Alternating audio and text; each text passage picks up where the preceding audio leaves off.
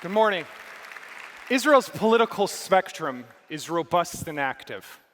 We are honored to be joined this morning by a man who has devoted his career to his country. Isaac Bougie Herzog has served with distinction as a minister in several Israeli governments.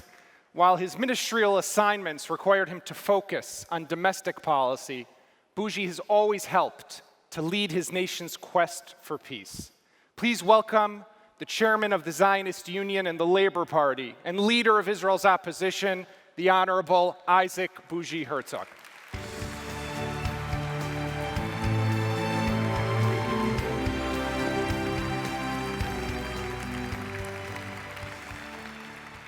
So Bougie, thanks for being here. Great being here again at the great AIPAC conference. We mark next week the 20th Yortzeit, or anniversary to your father's passing, Chaim Herzog, the great Chaim Herzog, who was Israel's 6th president. May his memory be a blessing.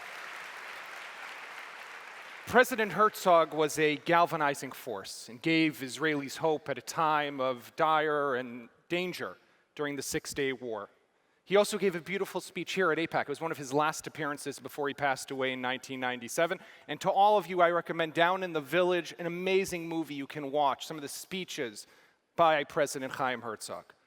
His leadership and example are something that at AIPAC they hold dear.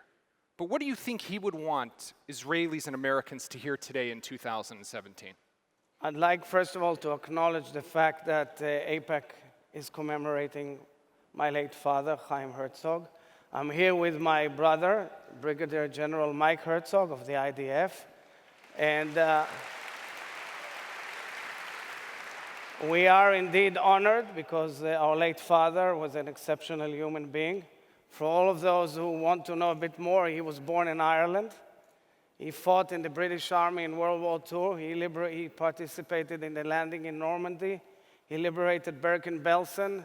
He caught Heinrich Himmler, and later on became the founder of the Israeli military intelligence, a general, and is remembered by many for his great speech at the United Nations in 1975, combating the resolution equating Zionism with racism, which he tore up in front of the whole world. Ripped it up. Ripped it up. Ripped it up, as resolutions should be done, absolutely. I can comment and say that his colleague then was, the US ambassador was Daniel Patrick Moynihan, a great American, who Ambassador Nikki Haley is following in his footsteps, definitely. So if I can add another family comment. Our late grandfather, Rabbi Isaac Halevi Herzog, who was Israel's first chief rabbi, tried to reach President Franklin Delano Roosevelt in 1941 when news of the Holocaust came around. And he reached the United States, and he got to the White House, and he finally met with President FDR for 5 minutes to beg and plead for the Jewish people. And I say now, it's a different world. AIPAC was not there. Israel was not there. And we should be proud and honored. And definitely, as I carry my grandfather's name, I'm committed to this unique relationship between Israel and the United States and the well-being of the State of Israel.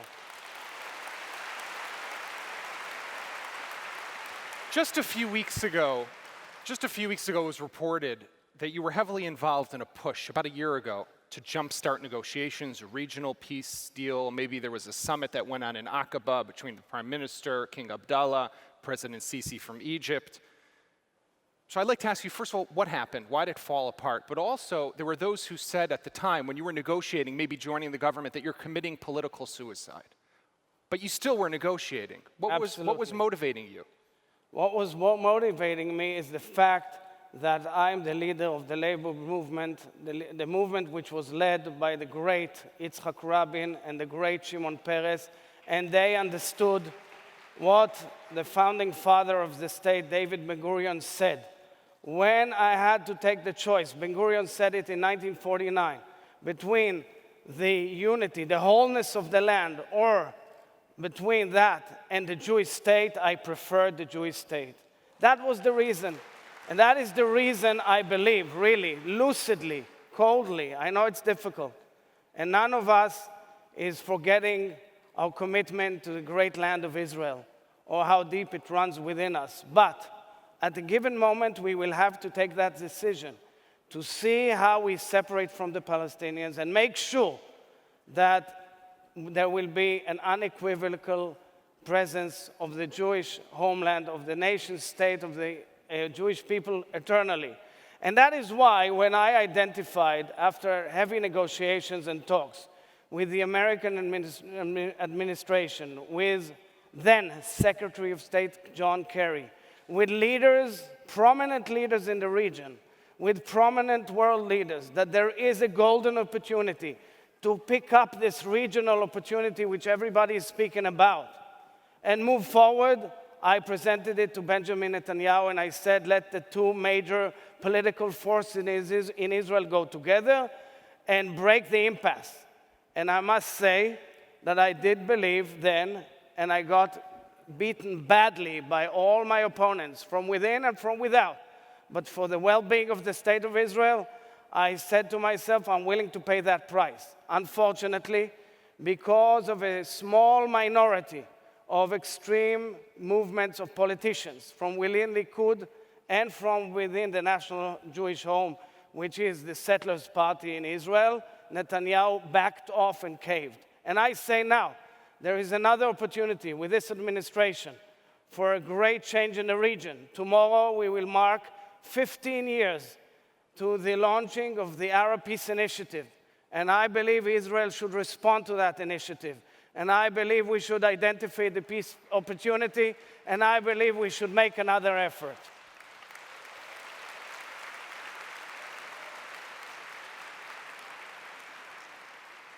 Your father also, you told me, was the first military governor. 50 years ago, we're going to be commemorating the liberation of Jerusalem. Right. And your father was the first military governor in 1967.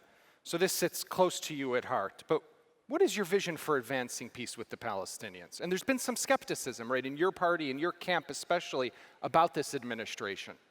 In fact, it's true. The first order of a Jewish governor of the West Bank in 2,000 years is placed in my mother's home in Herzog, signed by my father. But after 50 years, since 1967, we have to ask ourselves, what do we do? What do we do next? Because between the river, the Jordan River, and the Mediterranean, there is not a Jewish majority. Let's put it this way. There is more of an Arab majority than Jewish, unless we separate the two nations. And for this, we have to work towards peace. And this is my vision. I believe we have to be cautious. We have to be responsible. Israel's security is above all. But yet, because there is an opportunity, because there is a convergence of interests between moderate Arab states and Israel at this given moment, because we can just knock at the door and enter into the region and be finally welcomed in the region, we have to talk to the nation nearby us. We have to speak. We have to present a vision of hope to both peoples, to their young generations, to our children. And we can do it. We need simply to take bold steps. We need to be leaders. That's what we are elected for. And we need to get the support of the United States and the White House. And this president, after meeting with Jason Greenblatt, his special envoy to the Middle East, I'm impressed that President Trump is heavily committed towards reaching peace between Israel and the Arabs. Turning to the issue of Iran, it's clear to all of us here that Israelis across the political spectrum have been concerned both about Iran's nuclear quest and its malignant behavior in the region. How do you think the US and Israel can work together now to counter Iran as it still has these ambitions? Let me make it clear. I lead the opposition in Israel, but there are issues which are beyond any conflict or argument within our political system. There's no daylight between me and the Prime Minister when it comes to Iran. No daylight at all. I fully concur with Prime Minister Netanyahu about the identity of the threat. I agree that we have to be extremely cautious and identify the fact that Iran can break out to a nuclear weapon within 10 years. We have a window of opportunity to deal with it. Iran spreads terror all over the region. It radicalizes regimes. It wants to undermine. It works in a fork-like manner with Hezbollah in the north and Hamas in the south. This is a strategic challenge, the main one, the main strategic challenge. And I've been telling many leaders around the world, wake up, guys. This hungry lion is not out yet. It's not over yet. It's contained by the agreement, but it's dangerous, very. And let's work together, both in the international arena, both militarily, intelligence-wise, strategically-wise. And this actually gives the basis for sharing together information, know-how, and interests with our neighbors. They've woken up. What brought them over? Not because of love of Zionism. What brought them over to us, underneath the surface, is the fact that they are threatened by this vile empire and by ISIS. These are the two main dangerous forces in the region. So let's use it as a coalition that both combats these threats and moves to peace. And Israel has a golden opportunity, a rare moment, that it can seize the moment. So just quickly, in the few seconds we have left, U.S.-Israel relations, how can those be deepened? First of all, I must say that one rule has to be clear, both in Israel and in the United States. No intervention in the political systems. For me, the United States is non-partisan, it's bipartisan, and the same should be for Israel. And AIPAC is bipartisan, both here and in Israel. AIPAC should be above all, because I commend AIPAC and I think it's an exceptional organization. And furthermore, I think we need to work deeply into strengthening the relationship of the young generation. I was moved to see so many young people here and all over the United States. We need to combat together the BDS movement. We need to be the beacon of democracy, freedom, and human rights all over the world by coming forward and presenting our values together. And I hope, sincerely hope, that this unique bond will continue forever. We share the same values and we need to work together, as always. Isaac Herzog, thank you very much. Thank you very much.